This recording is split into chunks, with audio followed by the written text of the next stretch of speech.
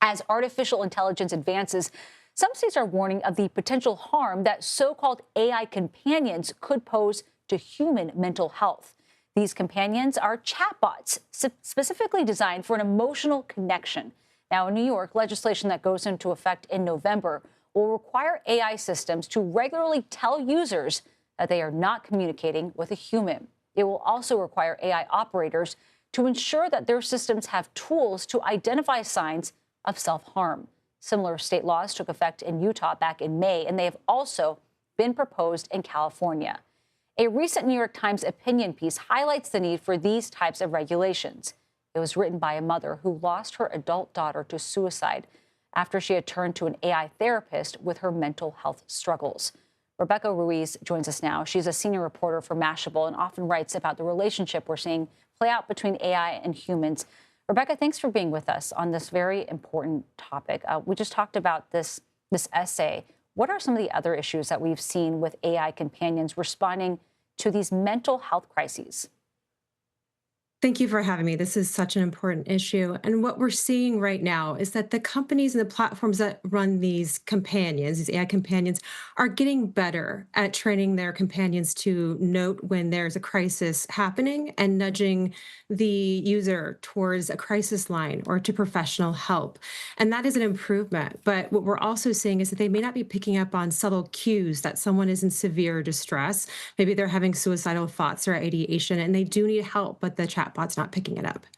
That being said, we're talking about the dangers and the concerns here, but there also are potential benefits. Some people may be reaching out to AI in the first place because they're not comfortable talking to another person. Often we also talk about how there's a mental health counselor shortage in this country. So is it possible for these companions, these AI companions, to be helpful to a point? Yeah, I think absolutely. The people who are seeking them for because they're lonely, because they want to confess or confide in someone in a non-judgmental way, they're turning to a chatbot for that experience. And I think initially that can be a very positive thing. But in my reporting for Mashable, what I'm hearing from mental health experts is that beyond that sort of initial positive experience, things may go unexpectedly, where people are getting more validation and they're seeking less in-person connections with their families and their loved ones, and that can harm someone's mental health as well. And one of those things that you write about, Rebecca, is a new medical phenomenon known as AI psychosis. How does that occur, and how big of a concern is it for the average AI user?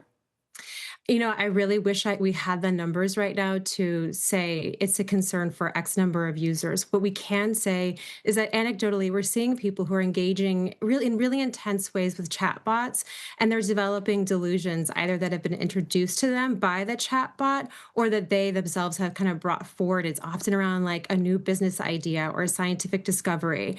And what ends up happening is that they start to lose touch with reality, and they have psychosis, which is like a mental state where, characterized by hallucinations and delusions. And one expert told me, think of it like a fever. It's not the condition itself, right? But it tells you that something has gone amiss in the way that your body is feeling. And in this case, your brain's not computing things correctly. And it's really essential to get help, professional help. Absolutely. A very good reminder at that. Rebecca Ruiz, thank you very much for being with us. Thank you. And if you or someone you know needs help, the National Suicide Prevention Lifeline Network is available 24 hours a day, 7 days a week. You can call, text, or chat the Lifeline using the 3-digit number 988.